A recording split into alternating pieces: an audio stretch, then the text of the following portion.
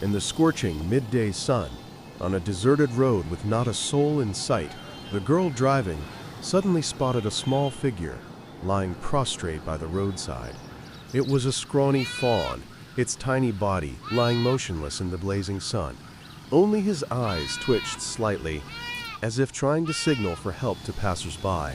The girl quickly stopped the car, got out, picked up the deer, placed it in the car, and wrapped the animal in a soft towel. The deer's body was covered in bleeding wounds, one eye was swollen and bulging, and flies swarmed all over it.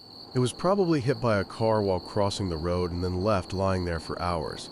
She gave it water little by little, stroking it and speaking softly to help the animal calm down. The deer lay still in the girl's arms, its remaining eye struggling to open, as it looked at the stranger with a mixture of weariness and wariness.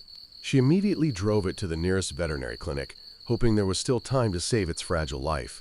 The doctors quickly performed a full-body examination, cleaned each wound, treated the infected eye, and then administered painkillers and anti-inflammatory medication.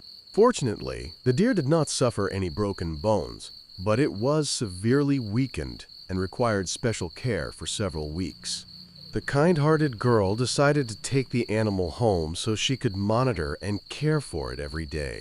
She prepared a warm, cozy sleeping spot for it, lined with soft towels, in the quietest corner of the room. Every day, she patiently fed the fawn small bottles of milk, waiting until it had finished drinking before leaving with peace of mind. In the early days, the animal was so weak that it couldn't stand up on its own and just lay curled up in one place. But then, little by little, the wounds healed, the swelling in its eyes subsided, and it began to toddle around the house. The deer's health improved noticeably. Its fur became smoother, and its eyes regained their alertness. It started to become very attached to the family members, running and jumping all over the yard and enjoying being gently petted on the head.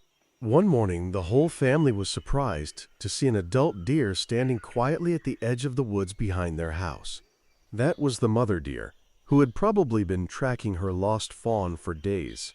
The fawn, recognizing the familiar scent, immediately ran out, while its mother bowed her head and nuzzled it with joy.